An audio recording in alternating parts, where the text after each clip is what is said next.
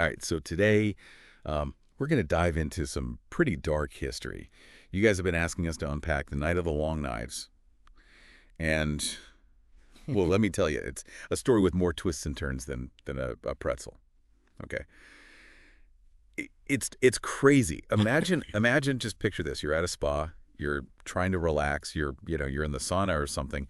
And suddenly Hitler bursts in screaming about arrest. It sounds like something out of a movie, right? Yeah. But for a lot of people in Germany back in 1934, that was the reality. Yeah. I mean, what's so fascinating to me about this whole thing is how it kind of pulls back the curtain on the Nazi Party. It Right. shows just how ruthless Hitler could be. It's really a turning point. Yeah. A lot of historians see it as the moment where Hitler really, really solidified his power and set the stage for all the horrors that were to come. Right. It's funny you say that because it really does feel like a powder keg moment. Right. Like all this tension just building and building. But to really grasp the explosion, Yeah. I guess we need to rewind a little bit. Sure. Go back to 1933. Hitler becomes chancellor, but, things aren't exactly peaceful. Even within his own ranks, you've got all these different factions, Yeah. all vying for power, all with their own agendas. Oh, absolutely. You have the conservative elites. They thought they could use Hitler. Right. They saw him as a way to kind of hold on to their own influence. They were more interested in traditional power structures. They didn't really grasp Hitler's true ambitions. And then you had the SA, the stormtroopers. Oh, yeah. Led by Ernst Röhm. And these guys were a fierce to be reckoned with. Millions strong, known for their street brawls, their penchant for violence, their desire for like a radical revolution. It's almost hard to believe that they were in the same party as these, buttoned up traditional conservative elites. Right. Their methods were definitely completely different. Yeah. The tension between those two groups was palpable. Yeah. I mean, the SA, with all their chaos and their violence, they worried a lot of people. People in the army, the conservative establishment, they wanted to replace the traditional army, which Yeah. was a direct threat to their power and stability. Right. So, And it's just wild to me how Hitler was able to juggle these competing forces, at least for a while. But the SA's violence, it was a double-edged sword, right? They Yeah. helped him rise to power. But all that unchecked aggression, I mean, it was making enemies, even among people who had initially supported him. exactly. Their actions alienated some pretty key figures, including people in the army whose support Hitler desperately needed. Yeah. And then there's Hindenburg, the president, Right. aging president. And everyone knew it was only a matter of time. Right. And his death could create a huge power vacuum. Right. So you've got this really volatile mix, Mhm. internal power struggles, the SA's violence, and then the uncertainty of what happens after Hindenburg is like you said, a pressure cooker Right. Yeah. about to blow. So what was it that finally lit the fuse and led to the Night of the Long Knives? Well, rumors started going around about an SA coup. Real? It's possible that Himmler and Goering, Röhm's rivals, had something to do with spreading those rumors. Wow. It's still debated by historians whether those rumors were actually true Right. or just, made up to make Hitler paranoid. Wow. Okay, so they're whispering in Hitler's ear that Röhm, his longtime ally, the leader of his own paramilitary force, is planning to overthrow him. Yeah. And Hitler believes this. Well, Hitler was already suspicious of Röhm. Okay. I mean, he knew Röhm wanted more power for the SA. Right. He saw the army as an obstacle. And Röhm had been critical of Hitler, made some careless remarks. Yep. That suggested he saw himself as more than just a subordinate. So there were already some cracks in the relationship, Oh, yeah. even before these coup rumors. But to go from a few critical remarks to a full-blown purge, that seems like a big leap. Well, you got to remember, Hitler was very paranoid. Always saw enemies everywhere. And don't forget the political climate at the time. Germany was a mess, Right. politically, economically. Yeah. And Hitler probably saw any challenge to his authority, real or not, as an existential threat. It's scary how quickly fear and paranoia, especially in the hands of someone with absolute power, can lead to violence. Yeah. But even if Hitler was convinced that Rome was a threat, how did he manage to pull off such a massive purge? Right. I mean, this wasn't just a couple of arrests. Yeah. This was coordinated across the entire country. That's where the story takes a really strange turn. Okay. So Rum loved spa retreats. Okay. So Hitler organized what seemed like a harmless gathering of SA leaders at this spa town called Bad Weiße. Wait, hold on. So he lured them into a trap. Yeah, pretty much. He invited them for a relaxing spa weekend Yeah. and then had them arrested. It was wild. It was like something out of, I don't know, a dark comedy. Imagine SS officers, led by Hitler himself, bursting into this peaceful spa, rounding up these SA leaders in their bathrobes, Wow. accusing them of treason. Some accounts even say Hitler was personally ripping badges off their uniforms, Right. ranting and raving about betrayal. It was chaos. Terrifying, but also absurd. Yeah. It's a crazy contrast, right? This tranquil spa setting and then this brutal political purge happening at the same time. But while all this was going down in Bad Weiße, what was happening elsewhere? I mean, surely the purge wasn't just limited to the SA leadership. Oh, no, you're absolutely right. Yeah. While Hitler's dealing with the SA at the spa, his right-hand man, Goering, is in Berlin orchestrating another purge. This time targeting political opponents, former officials, basically anyone seen as a threat.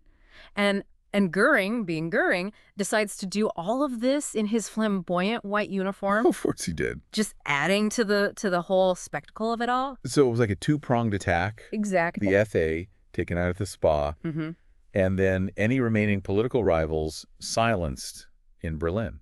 And just to be clear, we're not talking about lawful arrests here. No. This was straight up violence. It was brutal. Mhm. About 85 people were killed, including some who were just in the wrong place at the wrong time, Oh, wow. victims of mistaken identity. Like there was this music critic Mhm. who was killed because he had the same name as someone on Goering's list. Wow. It shows just how arbitrary and ruthless this whole purge was. Yeah, it's crazy to think that innocent people were caught up in all of this just because they were in the wrong place or had the wrong name. But what about Room? What happened to him? Did he go down fighting? Well, they actually gave him the chance to commit suicide after they arrested him at the spa.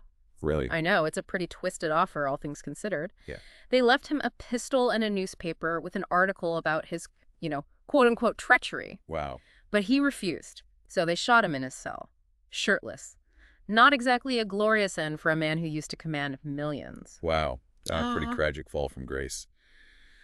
So with the SA leadership gone and his political rival silenced, Hitler had basically eliminated all opposition. Yeah. But what happened next? How did he use this bloody purge to really cement his power? And what was the public's reaction to this shocking display of violence? Well, the immediate aftermath is really interesting. It shows how calculated Hitler was. He gives this speech to the Reichstag. And just for context, the Reichstag was basically the German parliament at the time. Right.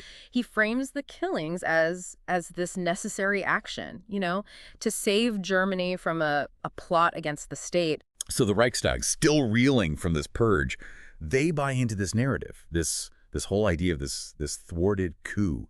It seems pretty convenient, this threat emerging just when Hitler needs to eliminate his rivals. Well, it's important to remember the context here, right? Germany was a fragile state. Politically, economically, a lot of people, including members of the Reichstag, were disillusioned with the Weimar Republic, Right. which was the democratic government that came before the Nazis. They wanted order. They wanted stability. Yeah. And Hitler presented himself as the strong leader, the guy who could provide that. So he really tapped into this existing unease, right? This Correct. desire for a strong leader. But what about the German people? Was there any pushback against this violence, this disregard for the rule of law? It's surprising, but the public reaction was pretty muted. A lot of Germans were tired of the SA's violence, the street fighting and all that. Right. They were also intimidated by the regime's propaganda. So they saw the purge as a necessary evil. It's kind of disturbing that people could be so conditioned by fear and propaganda that they would accept this. Yeah. But Hitler wasn't content with just silencing his critics. Right. He used the Night of the Long Knives to really solidify his power. Oh, absolutely. With the SA gone and his opponents silenced, he had the army swear a personal oath of loyalty to him as Führer. Wow. Not to the state, not to the Constitution, but to him personally. Right. That was a huge shift from traditional military oaths. So he shifted the power, right, from the institutions to himself. He became the state. And then just a few weeks after the purge, Hindenburg dies. It's almost too perfect, right? This sequence of events all paving the way for Hitler's total control. The timing was certainly very fortunate for Hitler. Wow. He used this opportunity to get rid of the presidency altogether, Wow. merged it with the chancellorship, and he became the undisputed Führer, the embodiment of the state, all the power, political and military, in his hands. It's amazing how quickly she was able to seize absolute power. But it came at a terrible price. Yeah. The Night of the Long Knives really marked a turning point from a fledgling dictatorship to this full-blown totalitarian regime. Absolutely. The brutality of the purge sent a very clear message. Dissent would not be tolerated. Opposition was futile. Anyone who challenged Hitler would be met with swift and brutal retribution. Yeah. That message was felt throughout German society. It's scary how fragile democracies can be, how quickly things can unravel when you have a leader willing to exploit fear and manipulate power. But this wasn't just about consolidating power in Germany, right? Yeah. It had huge implications for the future of the Nazi regime Right. and its relationship to the world. That's a really good point. We should definitely dive into those long-term consequences. Yeah. Yeah, it really did. And it wasn't just about crushing immediate threats. It was about creating this atmosphere of fear, this sense that any opposition, no matter how small, would be met with brutal force. So the purge, it achieved both, right? It eliminated Hitler's rivals, and it instilled this deep fear that discouraged anyone from even thinking about challenging him. But beyond silencing dissent, how did the Night of the Long Knives shape the Nazi regime? Well, one of the most significant outcomes was the rise of the SS.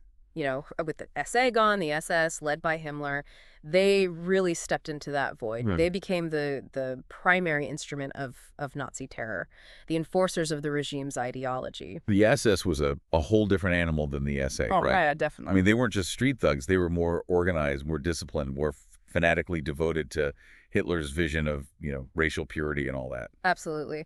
The SS represented a shift from that chaotic violence of the SA to a more systematic, ideologically driven form of terror. They became the architects of the Holocaust, responsible for the persecution and extermination of Jews and other groups deemed undesirable by the Nazis. It's chilling to think that the seeds of those horrors were sown during this period in the aftermath of the Night of the Long Knives.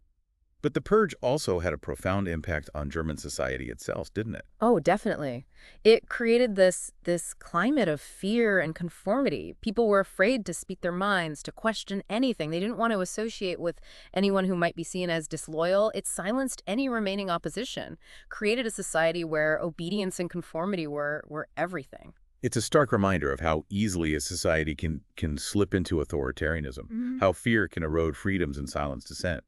But looking beyond the immediate impact, what are some of the broader lessons we can draw from the Night of the Long Knives? What does it tell us about power, about ambition, about the fragility of democracy? I think the Night of the Long Knives is a cautionary tale.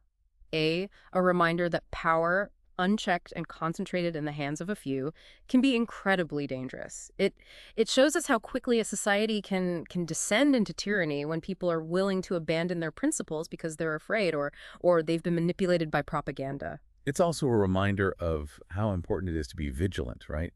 To be aware of the warning signs, to recognize when democratic values are being eroded, and to resist any attempts to silence dissent or undermine the rule of law. Exactly. We can't take our freedoms for granted. We have to be active participants in our democracy, hold our leaders accountable, and speak out against injustice whenever we see it.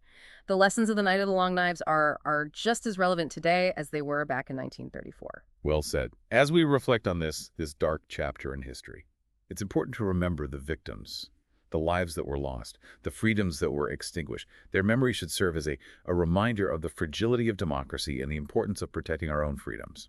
And it should inspire us to be more informed, more engaged, and more courageous citizens, willing to defend our values and speak truth to power no matter what. That's the best way to honor the memory of those who suffered and to make sure that such atrocities never happen again. Well said. And that brings us to the end of our deep dive into the Night of the Long Knives. We hope you found this exploration insightful and thought-provoking. Remember, history is not just a collection of dates and names. It's a story about human choices, actions, and consequences. By understanding the past, we can better navigate the present and work towards a future where these horrors are never repeated. Until next time, stay curious and keep exploring the fascinating world of history with us.